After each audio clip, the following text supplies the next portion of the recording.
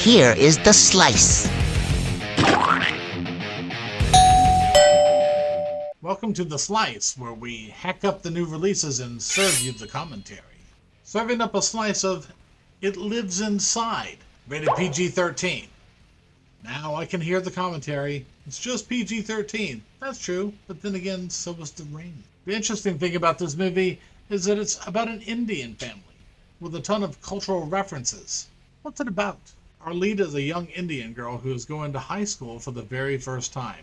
Sadly, she has become estranged from her best friend growing up, who's having some problems. Her best friend, Tamira, walks around with a little jar, and she looks all sickly, and she's hard to look at. But our lead gal, Sam, is having a real problem continuing her relationship because she's moved on. She is now embraced by the American community at school. She's extraordinarily popular, and she's got a big crush on a young American boy. Let's get down to brass tacks. This movie, while being a horror movie, is not scary. I know. It's not scary, but let's not hate on it just yet. Why? Oh, it's a cute movie. My God. It's like going to see your 3-year-old in a school play.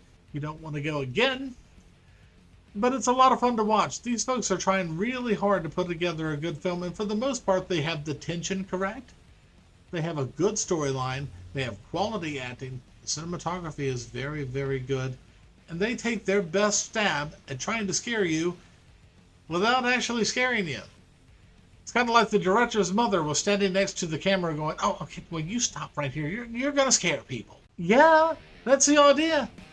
It's a horror movie. Also, this film manages to weave Indian influence all the way through the film. It's important to the storyline. It's important to the characters. It gives you a real feeling for how the family works and why they're having dysfunction with each other. The mother very, very much wants Sam to be a big part of Indian culture, and she's kind of over it.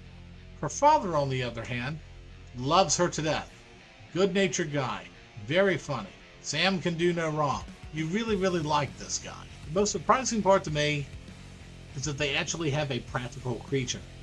They don't just have nothing for you to look at. This isn't one of those Blair Witch situations where you don't get to actually see the creature. You do get to see it.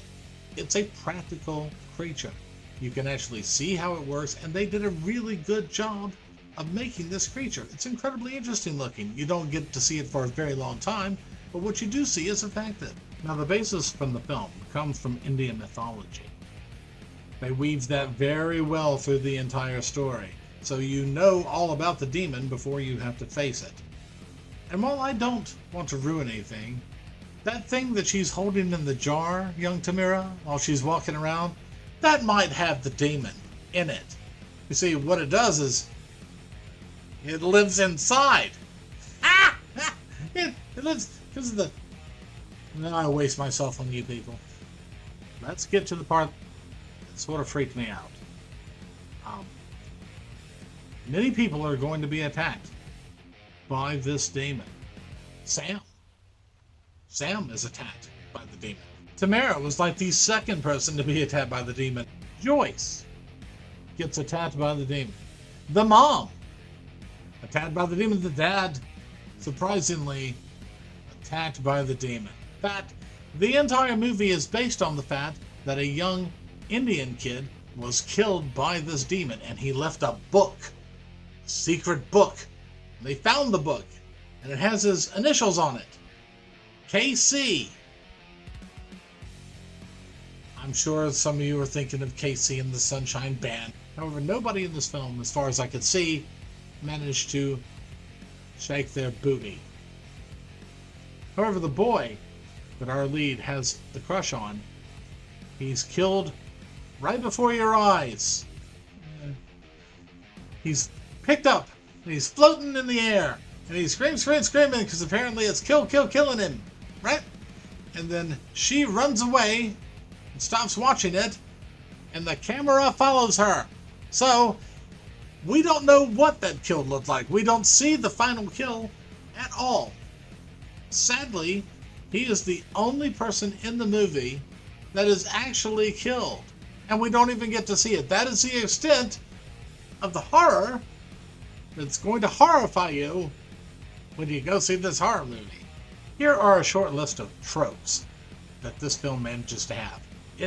It hits all of the high notes. All of the things that you would expect to be in a horror movie, except horror, are in the film.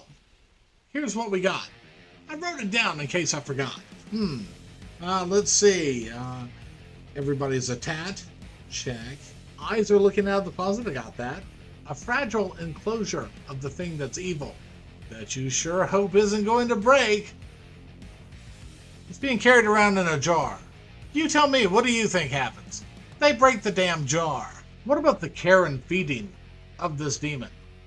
Well, Tamara was keeping him alive by putting raw meat into the jar, which he would eat, so he could live and thrive and survive. However, they broke that jar, didn't they? And he got out, so what is Sam going to do? How is she going to contain the demon? Well, she comes up with this ingenious idea, and she eats it. But now if you think about it, this is yet another example of how it lives inside. Huh? It's living inside of the... Anyway, yes, she is now eating raw meat. That's how she feeds the thing on the inside of her. And we find out that she's going to eat this raw meat in the very last shot of the film, while she is surrounded by all of the people you thought were dead. In truth, I wouldn't watch the film again unless I really had to for some reason, but it was okay. It was better than a sharp stick in the eye. I don't know if that's actually a movie rating, better than the sharp stick in the eye, but damn it, it is. Will there be a sequel? Well, this is a very cheaply made film. And I don't mean that it looks cheap, I just mean that it had a smaller budget and they did the max that they could with it. So I suspect that it's probably going to make a profit. But here's what happens. The two Indian friends are together again, they're besties again, and Tamara is talking to Sam, and she says, what are we gonna do if it gets out?